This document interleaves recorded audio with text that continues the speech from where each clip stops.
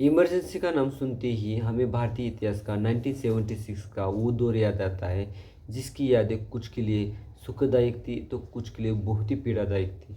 क्या है कि घटने वाली हर एक घटना हर किसी के लिए हर जगह एक समान सी नहीं होती है। ऐसे ही भारतीय इतिहास में अपना एक पेज लिखने वाली इमरजेंसी को मद्देनजर रखते हुए मराठी के लेखक अरविंद जगताप इन्होंने आणीबाणी ये फिल्म थिएटर में रिलीज कर दी है। इस फिल्म को पूरी तरह से सफाईदार डायरेक्शन करने का काम दिनेश जगताप जी द्वारा किया गया है। आनी बानी ये फिल्म देखते हुए दिनेश जगताप की नवोदित डायरेक्टर होने की वजह से कोई भी संदेह मात्र तकलीफ नहीं होती है। डायरेक्शन में ही आनी बानी इस फिल्म द्वारा डेब्यूट करने वाले दिनेश जगताप जी द्वारा इस फिल्म को बहुत बारीकी से और बड़ी कल्पकता से लिखा और दर्शाया गया है। फिल्मों में जो भी पंचलाइन यूज़ की गई है या जिन छोटे छोटे जोक्स का इस्तेमाल किया गया है वो फिल्म की कहानी को तो न्याय देते हैं, साथ ही में समाज को आईना दिखाने वाले प्रश्न भी पूछते हैं। एक छोटे से गांव में अपनी वैवाहिक ज़िंदगी ठीक से बसर करने वाले एक वैवाहिक जोड़पे की ज़िंदगी में आनी बानी से क्या उथल पुथल मचते हैं, उनका जीवन किस तरह से इम्बैलेंस होता है, इसके ऊपर इस फिल्म की कहानी पूरी तरह से लिखी गई है।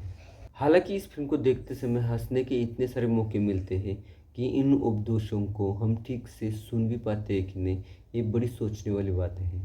अभिनेता उपेंद्र लिम्बे ने अभिमन्यु इस किरदार को इस तरह से निभाया है, इसी कारण आने वाली इस फिल्म की रंगत और भी निखर कर आती है। साथ ही में उनके पत्नी विमल के किरदार में बीना जामकर बहुत ही बढ़िया और बेहतरीन दिखाई देती है।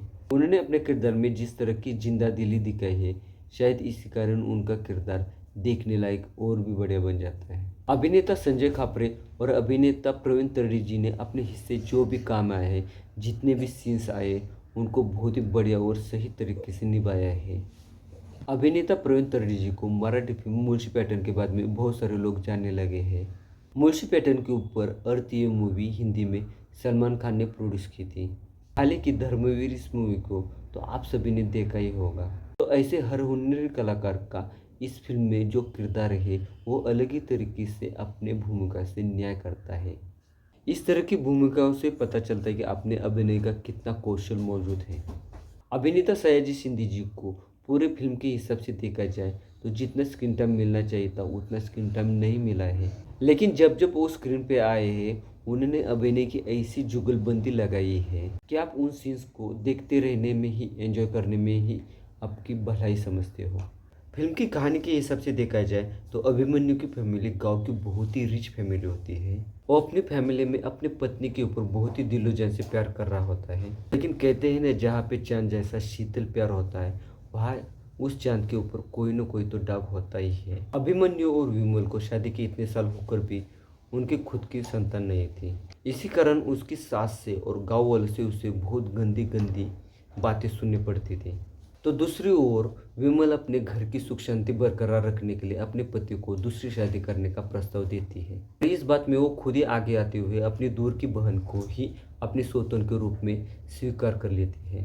हालांकि यही से उसके नसीब के 12 बजने चालू हो जाते हैं। जिस लड़की से उसकी शादी होने वाली होती है उसका भाई पिंटू सेठ उसी गाँव में पुलिस ऑफिसर होता है और उससे अभिमन्यु की जानी दुश्मनी होती है। और इसी कारण पिंटू अभिमन्यु की इस दूसरी शादी को बहुत ही विरोध कर रहा था। किस तरह से इस पुलिस ऑफिसर के नाक के नीचे से अभिमन्यु और ज्योति की दूसरी शादी होती है। इमरजेंसी की इस कमज़ोर कड़ी में अपनी खुद की फैमिली बनाए रखने में और उसे इस कमज़ोर कड़ी से बाहर निकालने में अभिमन्यु किस तरह की कोशिश करता है। आने वाली इस फिल्म में सीरियसनेस को पूरी तरह से फाटे पे मारते हुए कॉमेडी तरीके से इस विषय को बहुत ही अच्छे तरीके से समझाया गया है। इसी बीच गांव में पुलिस अपना नसबंदी का टारगेट पूरा करने के लिए गांव के हर एक उम्र के पुरुष को पकड़ पकड़ के लाते थे। सरकारी योजना के नाम पे पर्सनली रिवेंज लेने के बहुत सारे प्रकार इस नसबंदी में हुए थे और ऐसे ही गलत तरीके से पिंटू अपनी खुन्नस अभिमन्यु से निकाल रहा था। पिंटू अभिमन्यु की नसबंदी कर पाएगा और वो किस कारणों, इन सब प्रश्नों के उत्तर आपको फिल्म में देखने को मिलेंगे। आने वाली भारत में अब तक 3 बार की गई है। इसमें बहुत सारे मानवीय अधिकारों का हनन किया गया था।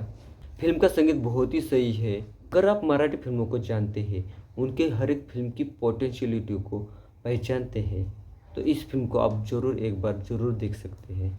आने वाली इस फिल्म के ऊपर बना मेरा ये वीडियो आपको कैसा लगा, प्लीज़ कमेंट करके बताना। मेरा ये वीडियो अच्छा लगे तो लाइक और मेरे चैनल को सब्सक्राइब ज़रूर कर देना। मिलते हैं अगले वीडियो में और एक नए रिव्यू के साथ में और एक नई फिल्म के साथ में। तब तक के लिए नमस्कार।